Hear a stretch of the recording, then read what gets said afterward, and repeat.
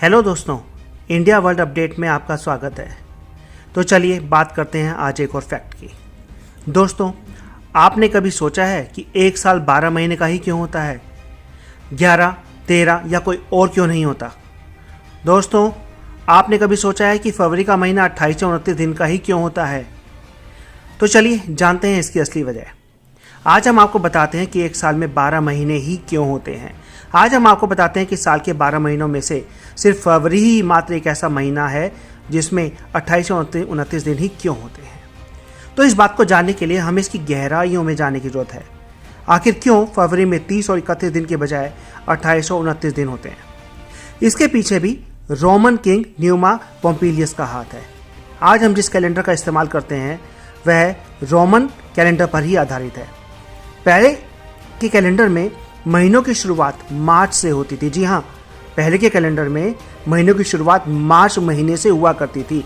उस समय एक साल में 304 दिन हुआ करते थे और एक साल में सिर्फ 10 महीने ही होते थे। कुछ समय बाद इस कैलेंडर में कुछ बदलाव किए गए और बदलाव के चलते साल में 2 महीने जनवरी और फरवरी और जोड़ दिए गए और ये साल चंद्र वर्ष के अनुसार बनाए गए थे। इसलिए जनवरी और फरवरी को 28 और 28 दिन का रखा गया। लेकिन रोम के लोग 28 अंक को अशुभ मानते थे और जिसके चलते उन्होंने फरवरी में एक और दिन जोड़ उसे 29 दिन का बना दिया। अब इस बदलाव के बाद साल में 12 महीने और 355 दिन होने लगे। तो अब आप सोच रहे होंगे कि फरवरी में एक दिन क्यों नहीं जोड़ा गया। तो जानते हैं, रोम के लोग फरवरी को अशुभ मानते थे। इस महीने में यह लोग मरे हुए लोगों की आत्मा की शांति के लिए प्रार्थना करते थे। इसलिए इनके बदलावों के बावजूद कैलेंडर में आने वाली मुश्किलें खत्म नहीं हुई। यह वर्ष मौसम के मुताबिक नहीं बनाया गया था क्योंकि इस वर्ष को चंद्रमा के अनुसार बनाया गया था और मौसम हमेशा सूर्य और पृथ्वी के चक्कर के कारण बदलता है। जूलियस सीजर ने 45 बीसी में कैलेंडर को चंद्रमा के अनुसार ना रखते हुए सूर्य के अनुसार रखा। इस बदलाव के बाद हर वर्ष में 10 दिन और जोड़ दिए गए। इसके कारण अब हर वर्ष 365 दिन और 6 घंटे का हो गया। क्योंकि सूर्य पृथ्वी का चक्कर 365 दिन और 6 घंटे में पूरा करता है, इसके पीछे इन 6 घंटों को हर साल बचा लिया जाता है और हर चौथे साल में मिलाकर एक दिन फरवरी महीने में जोड़ दिया जाता है। इस वर्ष को हम लीप वर्ष कहते हैं। फरवरी में इसी तरीके से 28 दिन हुए और लीप ईयर में 29 दिन माने गए। लेकिन दोस्तों, क्या आपने कभी सोचा है कि नया साल 1 जनवरी को ही क्यों मनाया जाता है, या नया साल मनाने की परंपरा कब से शुरू हुई? और क्या भारत में भी अन्य देशों की तरह 1 जनवरी को ही नया साल होता है?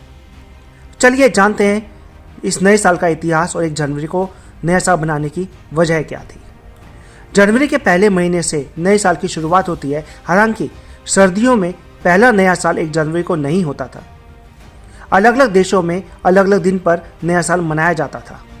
कभी 25 मार्च को नया साल का जश्न मनाते थे तो कभी 25 दिसंबर को नया साल होता था। लेकिन बाद में बदलाव हुए और 1 जनवरी को नया साल मनाया जाने लगा और इसके पीछे जो मेन कारण था फेस्टिवल्स का था। इसकी शुरुआत भी रोम से ही हुई, जहां राजा न्यूमा पोम्पिलियस ने रोमन कैलेंडर में बदलाव किया। इस कैलेंडर के आने के बाद से जनवरी के पहले दिन नया साल मनाया जाने लगा। अब बात करते हैं दोस्तों कि जनवरी नाम कैसे पड़ा और भारत में नया साल कब होता है। साल के जनवरी महीने को पहले जानूस कहा जाता था। रोम के देवता का नाम जानूस था, जिनके नाम पर महीने का नाम पड़ा। बाद में जानूस को जनवरी कहा जाने लगा।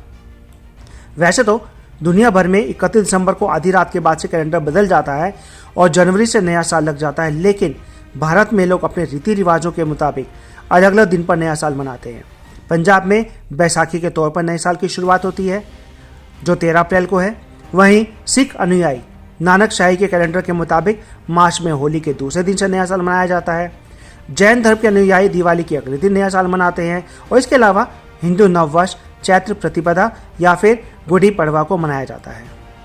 तो दोस्तों, अगली वीडियो में फिर मिलते हैं कुछ और इंटरेस्टिंग फैक्ट के साथ। और अगर आपको वीडियो पसंद आए तो लाइक, शेयर और सब्सक्राइब जरूर करें। और अगर आपको किसी स्पेशल टॉपिक पर वीडियो चाहिए तो नीचे दिए कमेंट बॉक्स में अपने टॉपिक्स बताएं। Thank you.